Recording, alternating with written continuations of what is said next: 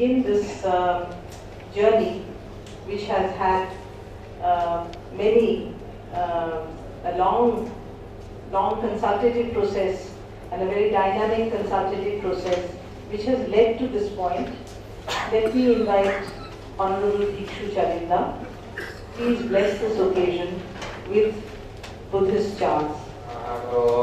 Samma Sambuddhassa Namo Tassa Bhagavato Arahato Samma Sambuddhassa Namo Tassa Bhagavato Arahato Samma Sambuddhassa Iti Viso Bhagava Arahang Samma Sambuddho Vidya Sarana Sampanno Sugato Lokavidu Anuttaro Purisa Dhammasarati Sattva Deva Manosanam Buddham Bhagavati Swakato Bhagavata Dhammo Sanditiko Kaliko. I will now request Shri Sanjay Kumarji, Secretary Deshkan Society, to kindly give the opening remarks and the welcome. We have a confidence and commitment, a remarkable commitment from all participants. I think so. This is the moral and intellectual strength on the basis of this college going ahead towards the formulation and now reaching the global dialogue. It is a great privilege that we have received moral and intellectual support and cooperation from all our distinguished delegates who are present here today. We are extremely grateful for gracious presence of Dr. Shekhar Dutt, author and former Governor Chhattisgarh, Sri Ram Bahadur Rai ji, as fondly called Rai Sahab, President Indira Gandhi Center for the Arts, and Professor Frederick Asher, joining us from University of Minnesota. As per the context, in fact, when we have developed the terminology of the context, we have shared the team, those who are planning of the dialogue, what we will communicate in a proper way, and then we will finalize it to better we will to communicate an opening remark. So it will better, I can say it is the context of dialogue. It is the opening remark instead of the construct of dialogue. The thematic session, while inquiring into the depth of the dimension of the issues under consideration, will generate scholarship on the subject from the point of creating a fellowship of researcher, academician, and development practitioner. Each thematic session will project a prospective roadmap to take the deliberation forward through a mosaic of action and activity that will feed into making the dialogue a quasi-academic and cultural seek to deliberate the challenges mankind is presently confronting the context of sustainable development and heritage. Thank you so much.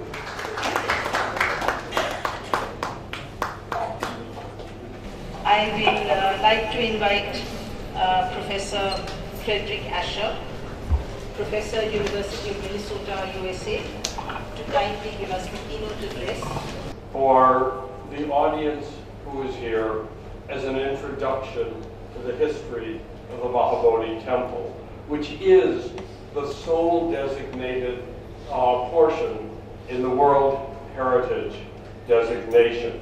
It is not, alas, the rest of the Bodh Temple. And so, I will at least briefly present the historical context of the Bodhgaya site and its tangible heritage. But that heritage is so diverse and so complex that I can only touch on it and, at the same time, feel compelled to address the present, not just the past, which, like all presents, is shaped by the past.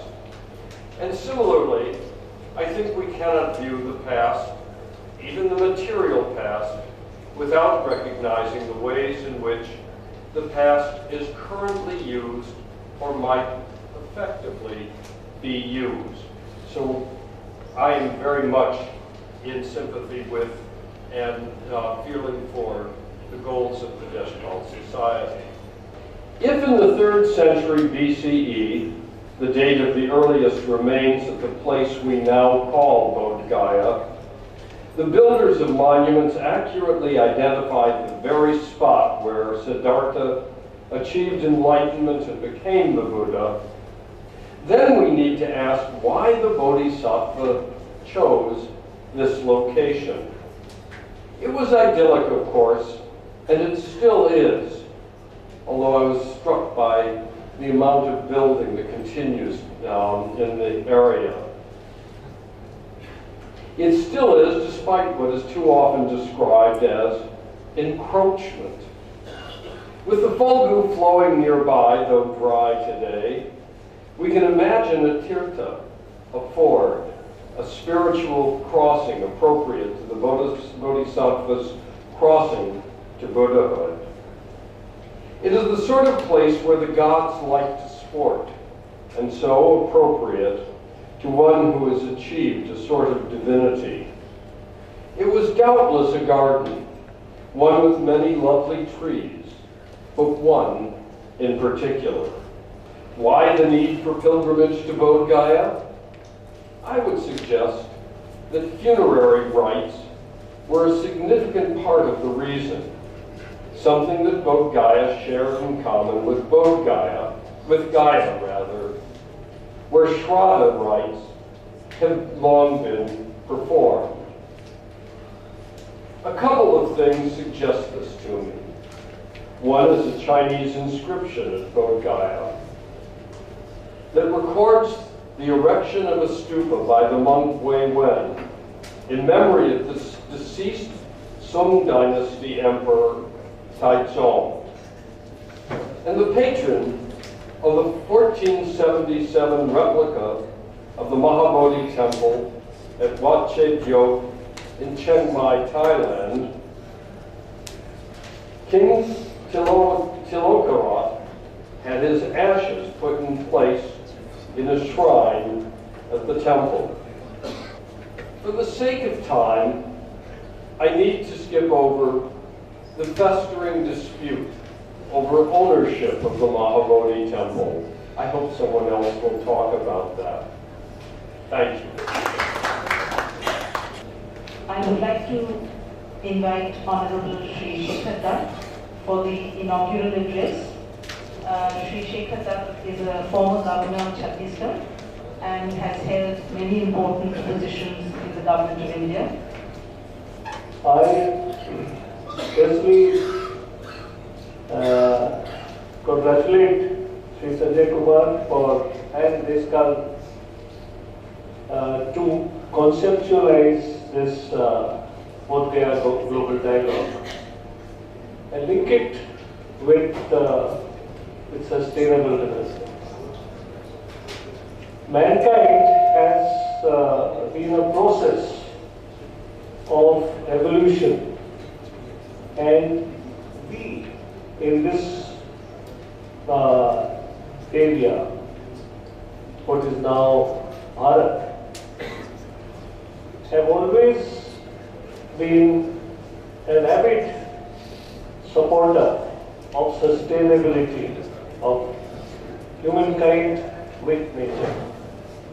And in fact, in most of our functions start and end with mention to Shanti, and in this we always also include Vanaspati Shanti and everything. So our nature, every aspect of what God has given us is part of our spirituality and of our society. So this dialogue is an extremely interesting and perhaps well conceived one, primarily because also it will channelize people's mind towards the strength of the heritage and feeling of ownership. And if you are owning something, you have to preserve. So the need for preservation and the need for its sustainability. Spiritualism, as I was mentioning, since time immemorial has been in the center stage of our heritage, the Oriental heritage and learning. Our ancient culture explains that reality is more complex, subtle and mysterious than conventional science may hold.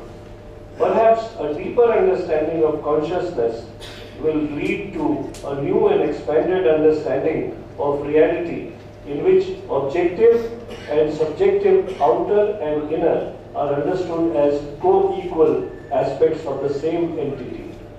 Our heritage has always underlined the significance of mind over matter and taught us to concentrate, empower, control and enlighten our mind to purify our soul. The modern world has been engrossed in the study of matter. The science of physics and chemistry started with the study of matter and its characteristics. Only very recently, the world has, after so many years, come to acknowledge the ancient wisdom of our land that places the power of the mind at the highest. I congratulate the organizers that they have chosen a field to further this kind of participation of people who would discuss, who would understand, and who would perhaps also take on the dialogue to the next level of how does it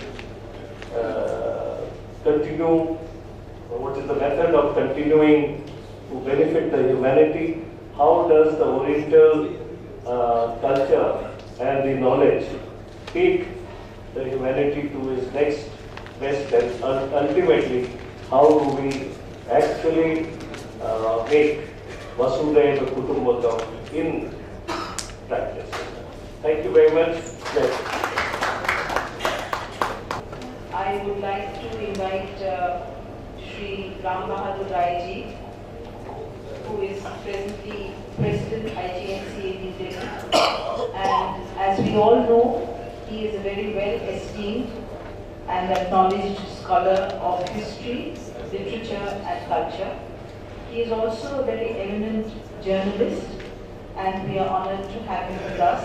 कुछ साल पहले मेरे मित्र ने एक लेख लिखा, उसका शीर्षक था बिहार को अपने आत्मगौरव को पहचानने की जरूरत है। और मुझे ये लगता है कि ये संवाद नए सिरे से बिहार को उसकी पहचान कराने का भी एक जरिया है। 6वीं शताब्दी ईसा पूर्व एक पुरुष ने बुद्ध नाम का वो धारण किया। जब मैं ये कहता हूं कि एक पुरुष ने बुद्ध नाम धारण किया, तो इसका मतलब यह है कि माता महामाया और पिता शुद्धोदन ने तो उन्हें सिद्धार्थ नाम दिया था।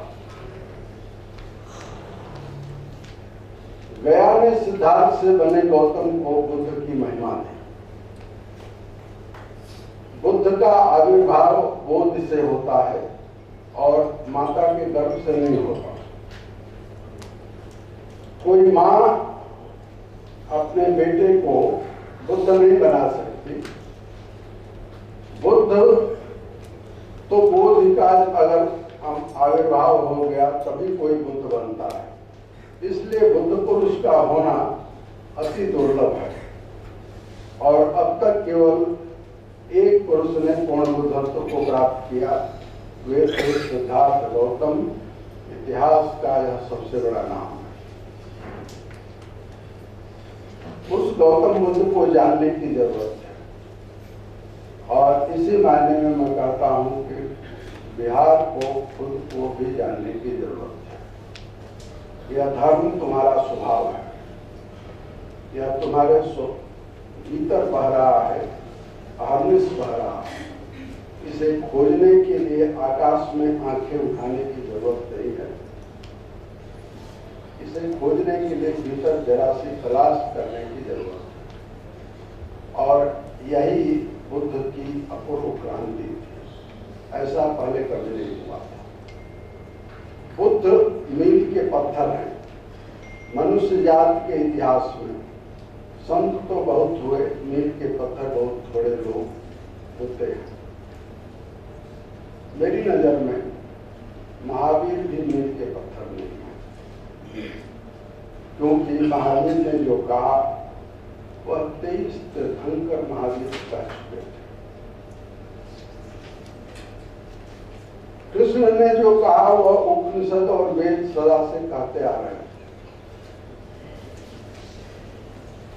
बुद्ध मील के पत्थर हैं जैसे लाहौल से मील का पत्थर।